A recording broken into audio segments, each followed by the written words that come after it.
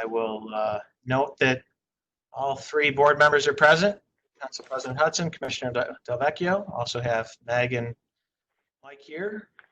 And we do have a proof of notice in our packet, which I'm going to scroll to now. And note that it is in fact there and contains the special notice relative to the governor's executive order regarding COVID-19 and public meetings.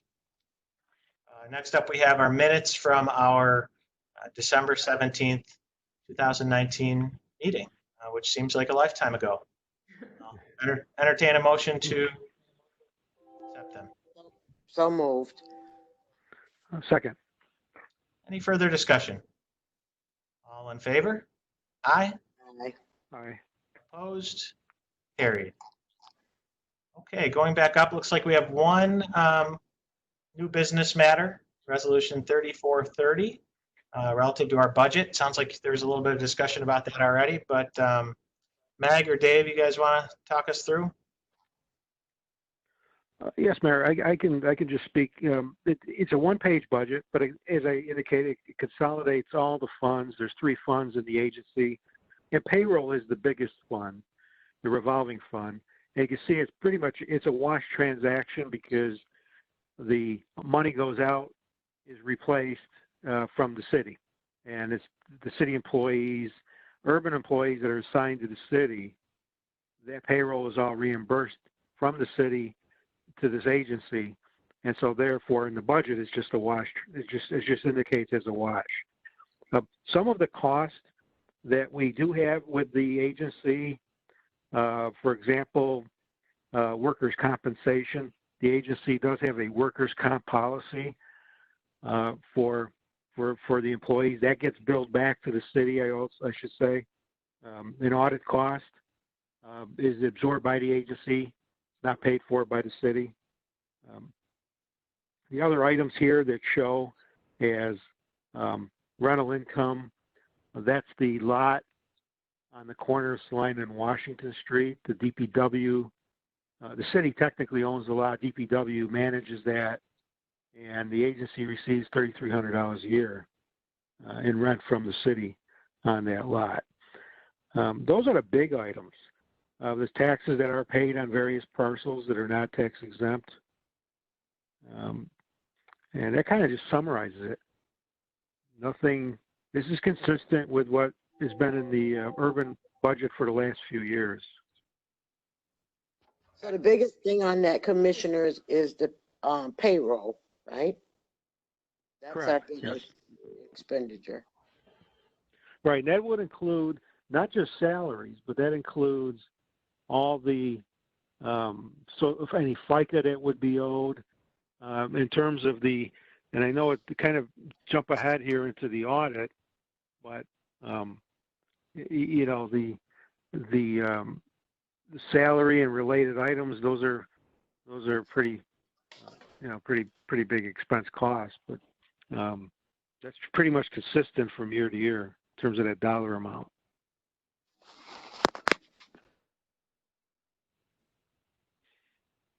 Okay. Any other questions or concerns about the budget? Pretty straightforward.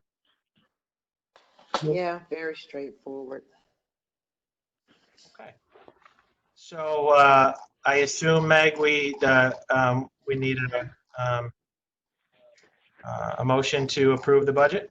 Yes. Okay, I'll make the motion. Second. Any further discussion? All in favor? Aye. Aye. Opposed? Carried. Okay. Next up, we have one item for discussion. It's our financial statements.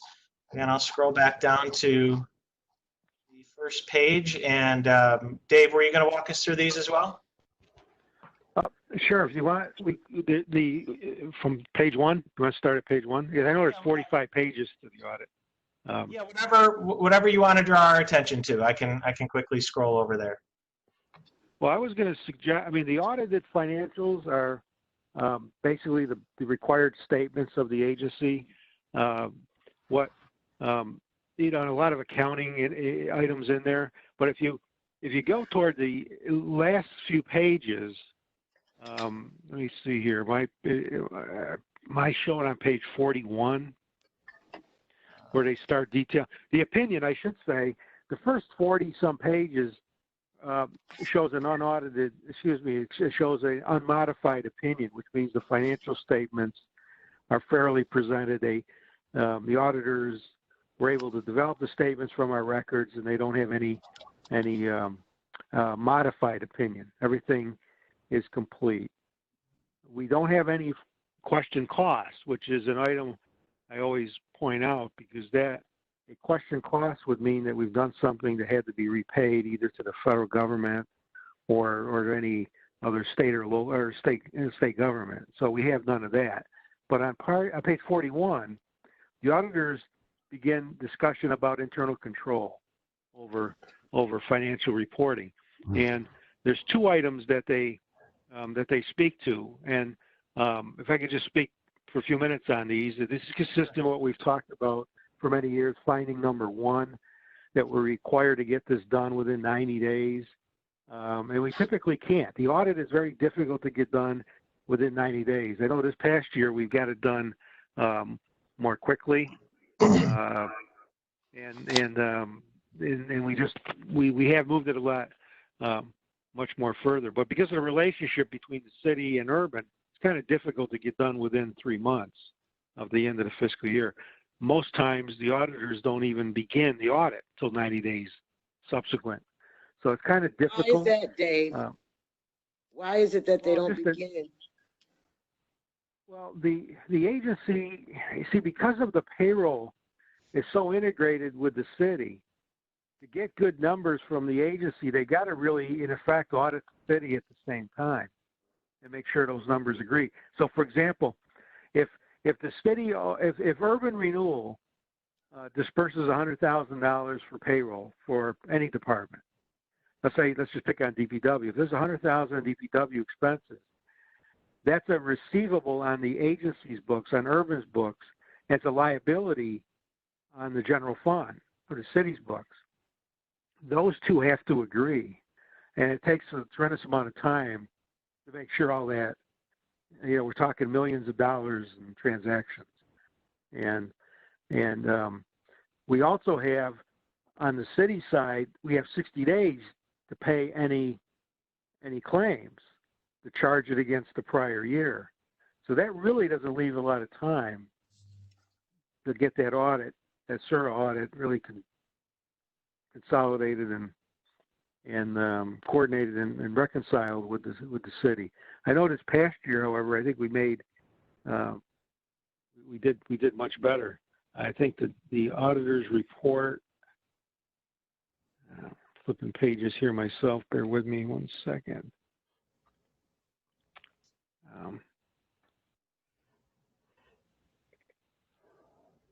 The auditor's report was dated December 18th, which is sooner than we did the year before. But again, it's not within that 90-day time frame. But December 18th, it was still 3 months earlier than we were able to get the city audit done. But what that meant is that the auditors had good payroll numbers between the Syracuse Urban Renewal Agency and the city in December. So we were in pretty good position. So why are we just looking at it now? Is it because we had to wait for the city to be done? Yeah, well, I thought it was distributed by the auditors. So this was public as of December. And I don't think we had a board meeting. No, Dave, you actually sent this, I believe, to the mayor and President Hudson a few months ago. And we haven't had a board meeting. So that's why I included it now. Gotcha. Okay, good. That makes me feel better. Yeah. Can I ask a quick question, Sure, Dave? Sure. When do we do the engagement letter? Are we within 60 to 90 days with that? Well, they could come in any time now to do that. But typically, sometime in June, usually the auditors will ask for that engagement letter. Now, we already have a contract with them, so that becomes just a formalized item. Because I'm just wondering if we can at least show that we've engaged the auditors, if we get questioned, down the road, we can say, hey, we've moved along, we've engaged the auditors. It's, we're doing all the steps that we can. I'm just wondering if that makes a difference or if I'm just fishing for something, because I clearly am. Yeah, I mean, well, no, that's fine. Good question. I mean, the state typically is never. I mean, they typically get more concerned if you don't file it at all. I mean, with 90 days going by, what I typically have done is I just contacted the authority's budget office and just indicate to them, we got our auditor working on it. The relationship between the city and the urban agency takes some time, and they're usually they're okay with it. I mean, the finalized date is really the end of March, where you must send it in, or you could get, then you could get into the situation where they can hold back state aid or whatever. But we've never been in that situation. Okay, but so typically it's a separate audit from the city. It does need to coordinate with the city's audit. It's the same auditors that audit both entities. It's just a question of the timing. And 90 days is kind of different. And we're not alone in that. 90 days is kind of difficult.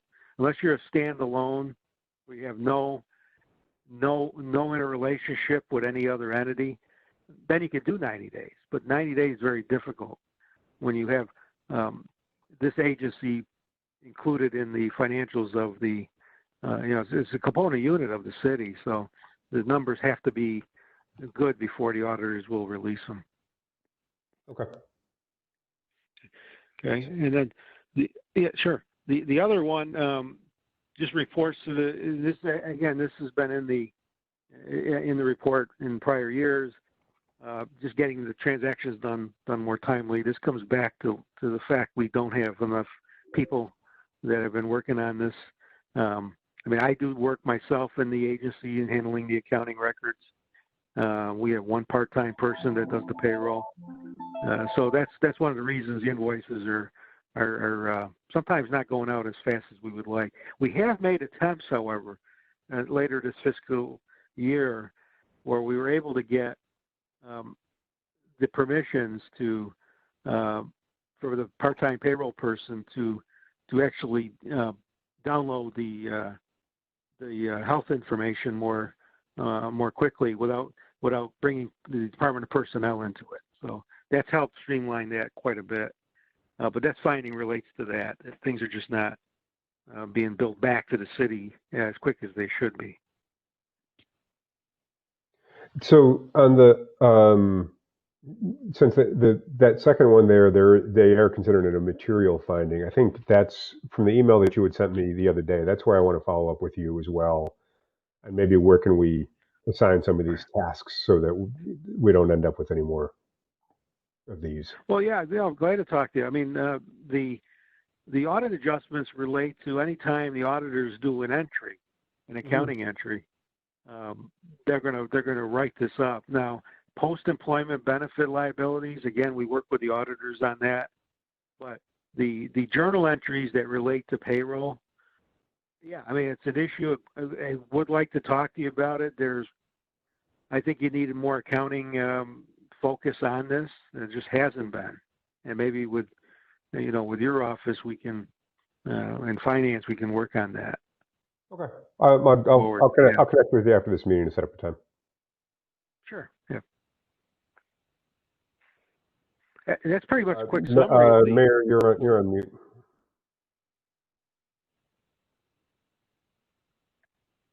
Thank you. Sorry about that.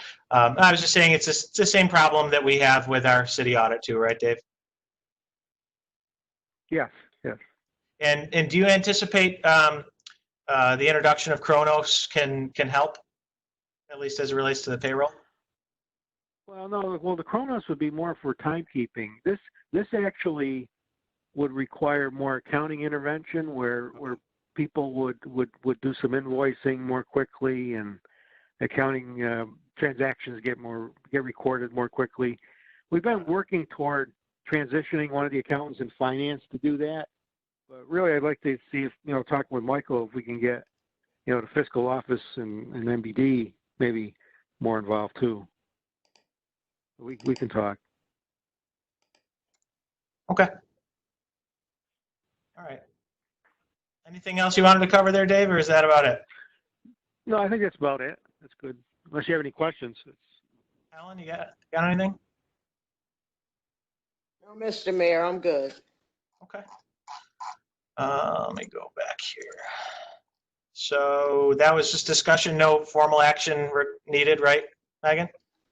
No, I don't believe so, Mayor. I did just notice something, and this is my fault. In the minutes, that should have said the December 17th, 2019 minutes. Okay. Instead Oh, of the September 20.